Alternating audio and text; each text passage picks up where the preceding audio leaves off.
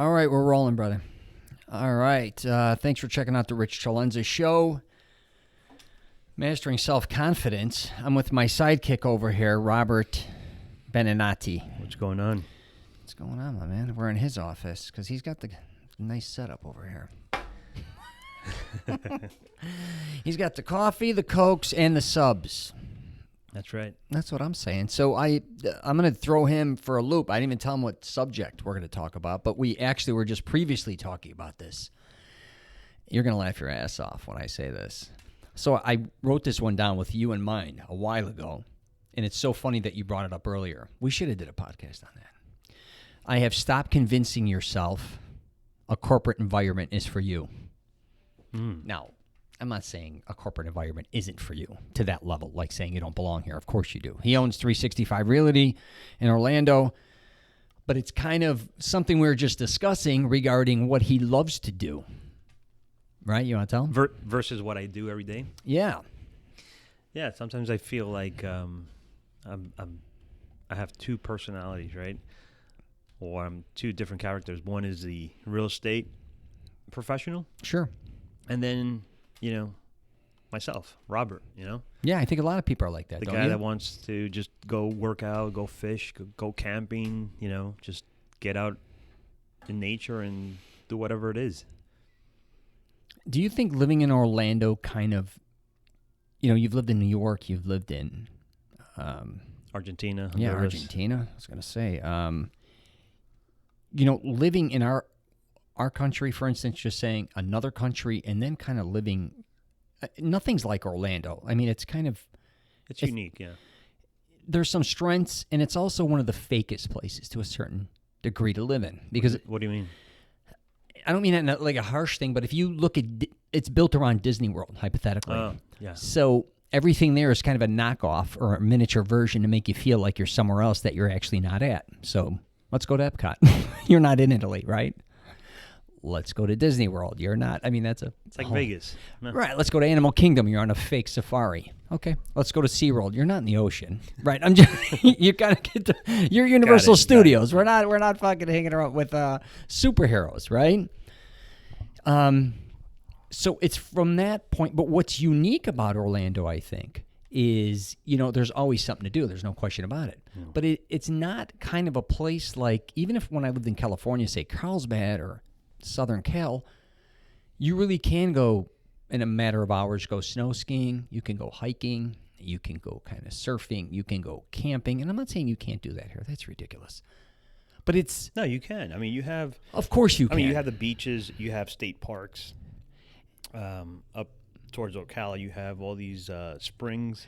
Yeah, and you can hunt here. I shouldn't say that, but living in Chicago is one thing, but like if you lived on the outskirts of Chicago or Wisconsin or Iowa or Ohio, it's just, as you know, a totally different lifestyle as far as kind of what you're talking about. Maybe it's a little more natural and you relate to it. That's what I'm saying. Here in Florida, the first thing is probably, Disney, Universal, theme parks, right? Hotels.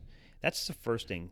If you want to go fishing, you want to go camping, you want to do the springs, or you really have to look for them, right? And want to do them. And you can, obviously, because they're here. But that's not the first thing you think of when you think of Orlando. And that's probably what you're trying to say. I think the state of Florida in general, because I've been coming here since I was 5 years old. And it's definitely, I'm not going to say the whole state become very tourist orientated, but it kind of has. If you look at, if we're the third highest population right now in the country, when you come to Florida, a lot of people would either come to Orlando or Miami. And Miami's another, You got 40 million tourists there a year, right? We have, we have 75. Even you go to Jacksonville. When a lot of people come to Florida to escape and almost feel like, I always said, it's like being in another country within our country. It's so tropical. But it's slowly but surely, and not in a bad way, because that works for me, all the beach towns now have changed. There's not a lot of real quaint getaways like there used to be, let's just say. A lot of them have expanded into hotels, restaurants, chains, malls, the whole thing. Wouldn't you say, Kyle? Yeah, no, you're right. Not that, like I said, that I'm not saying that is a bad thing. But as far as like what you truly like to do, you almost sound like somebody who wants to, I'm not saying live in Canada or on maybe the West Coast, more or less, upper, like in Washington. I haven't. I haven't been to the Northwest, which is gorgeous. That sounds something like what you'd love to do. I think I would love to, and I'll probably put it in my bucket list, but go up to the snow, just mountain snow, just get out there, Seattle, Washington, Montana, maybe. Do you want to go after the cold, kind of, too? Are you kind of like a lot of people? Are you looking for that? I would like to go to the cold, but obviously not live there. So would I do a week? 10 Sure. days? Yeah, I could deal with that. Live there full time? No, and maybe even go in the summertime, which is, the weather's cooler up there. Yeah. So what do you think kind of prevents you from doing it more? Is it work, you think? Yeah, or just because you're... It's just work. I mean, real estate, it's tough to... It's not a business that you could let it run on its own, You have freedoms, though, that others may not, but then at Correct. the same time, you don't.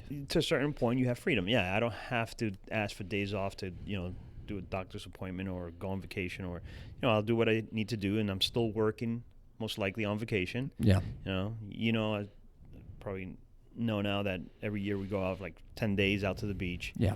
And I take my laptop and I leave, and I try the best to leave all my work, any closings I have or any new clients I'm working with, kind of lined up. Yeah. Maybe have another agent cover for me, or I'm in contact with the title company, leaving everything pre-signed or whatever the case might be, right? But I'm still paying attention to it. Right. It's not a job I can leave for a month or two behind and come back and pick up where I left, because it just doesn't work like that. Right. You're kind of an interesting person because you're not like a lot of my friends, say, for instance, that follow a lot of sports, say, for instance. So it's not like you're really caught up with football, basketball, baseball, hockey. I was always an outdoor guy. I played basketball 3 years. I was good at it. I played soccer. Right. But I am not a follower of celebrities and... Right, you're not caught up in any of that. You don't really talk about sports or film or really television, really, that I know of. I mean, I like my movies, don't get me wrong, action movies and documentaries and, good movies. But, I'm not caught up with, especially on the sports side. It's weird, sometimes I feel odd in groups with the guys and they're talking about, different teams and different names. And I'm like, unless it's like Brady and... Right, something mainstream. Kobe, the names, big names. Yeah, I don't, I'm not a fanatic of sitting there on a Sunday and spending a full day in front of a TV. Yeah, because I sometimes think like on a Sunday or whatever, because we hang out sometimes, I'm like, you're not watching college football, obviously, and you're not probably watching NFL.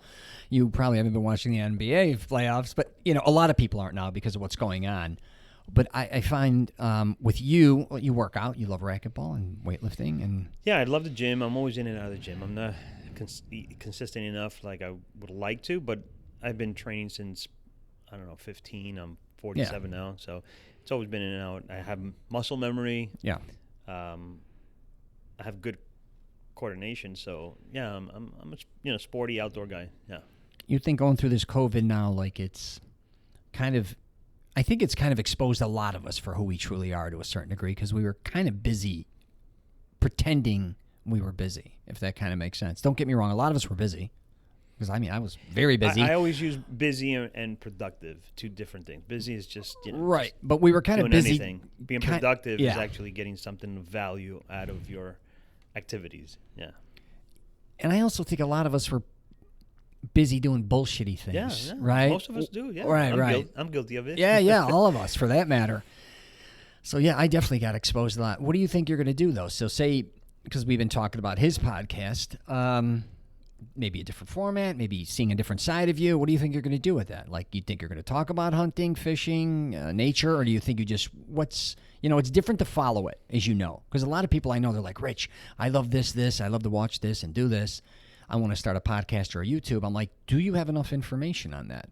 Like, it's one thing to watch it. It's another thing to truly know about it, if that makes sense. Yeah, I don't think I'm going to change my podcast to anything about fishing or hunting or camping. No. Even though I like it, I enjoy it. I could spend, probably hours watching on YouTube other people living that lifestyle, right? And how cool it is. But I think what's cool about it is not so much the lifestyle, but the freedom they have of just being out there alone and just being able to do whatever it is they do. And going back to your, I don't know what the title of this podcast is, but you said something about corporate. Yeah. Right? And it's funny you say that.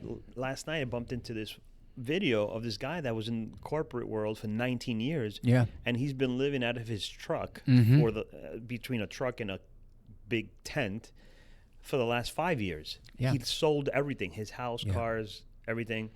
And he's actually, and it was curious, he mentioned it, that he makes his money creating content for his YouTube channel and for other companies. Yeah.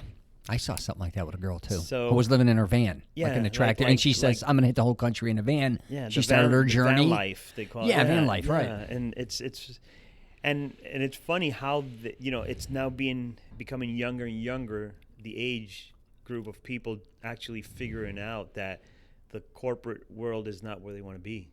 Right. It's kind of reverting. Yeah, Kind of going to our roots, like they who we start were there, originally. They go to college, they get a degree, they are professional in whatever it is, and then they just stop. Well, who the fuck wants to sit in a cubicle for the most part? Let's face it. 9 to 5, and you have to Yeah. work for the first year, and you only get 1 week vacation, and then 2 years you get 2 years. Yeah, I mean, a lot they're on of- vacation all year round now. Yeah, life is- and they work X amount of hours per week, and that's it. And it's kind of is it glamorization? A lot of people grow up thinking, oh, I'm going to move to New York and I'm going to live in this lifestyle. When you get there, you're broke. I'm going to live in LA and do this, and that's going to be. You go there, you're broke. Okay, then I got to pay rent. Then I got to do this. I got all this. Before you know it, you lose your freedom. You become a slave to. Exactly. You become a slave to trying to live the lifestyle that is expensive. Yeah. Or it's it's just out of your means. It's too much stress. Yeah. Now to live in New York, you need to pay $4,000 rent. Yeah. You need to, and Is it worth it? Is it worth it? No, I don't think so. I don't either. We lived, I didn't live there, but I spent so I much lived time there. And I got one. I'm going to do one funny story, wrap it up, and I'll let you finish. Regarding camping, my mother would send me to these Bible churches for weeks at a time, Retreats? camps, not even retreat. These were camps, but yes, retreats as camps. well. Yeah, but they were all Catholics. They were they would program you to become a preacher or whatever. That my mom. I know altar boy. That I stayed away from. But I hated camping my whole life. I hated the outdoors. I mean, I'm fine with it now, but you're definitely not going to see me pitch a tent, I guess you could say, ever. But my daughters never did that as well. And I used to say, if we can't plug something electric in, it's not for me, as a joke. My kids grew up in Orlando. They're professional tourists. So we once were with a bunch of people at an outing, I guess you could say, for their school. And they had a big camping thing coming up. And then they said, hey, Rich, we're going to be, doing the campings this weekend. It's 2 days, blah, blah, blah, blah. My oldest daughter, who very seldom talks, said, I'm sorry, miss. My father, along with me and my sister, we don't do things like this. I wanted to slap her across the face, but I'm thinking, she nailed it. Like, you know what I mean? Like, I wasn't going to go. You know what I mean? And my cousin camps in California again. He used to ask me to go. I'm like, come on, let's not get ridiculous. But it was funny. My mother didn't trust the Boy Scouts, but she trusted me being around priests. I mean, you want to talk about how hilarious life is. All right, that's all I got. That's my camping story. You got any other ones? Yeah, so I think it was 2 years now. I take my daughter, my daughters, both of them, and my wife camping. Yeah. And obviously, neither three of them ever went camping. They just don't, they're more like you said, if it doesn't have a bed and room service, they're not going, Right. So we look into this glam camp. It's a big old tent, and when I opened up, it had a bed, a queen-size bed, carpeting, coffee tables, a heater. I mean, this whole setup, right? Yeah. The downside, it was like 38 degrees here in Florida. 38 degrees is cold. Yeah. They had an awful time. They were freezing. Never again. I mean, that was the end of that experience. Right. So every time I mentioned, let's go camping, they were like, no. Well, that's it. We're going to wrap it up there. Check out Robert's podcast, Real Business. Real Disney, I said. Disney? Disney, like Disney, have like- business, have Disney. Real business. I'm looking at it right here. Yeah, check his out. He's on YouTube. Where else are you at? You're all over the joint with that podcast. Facebook, YouTube. Yeah. No. Yeah, you could find it. He's on a bunch of my, if you go to my YouTube channel, he's on there and he's on my podcast as well. So, all right. Take care, everyone.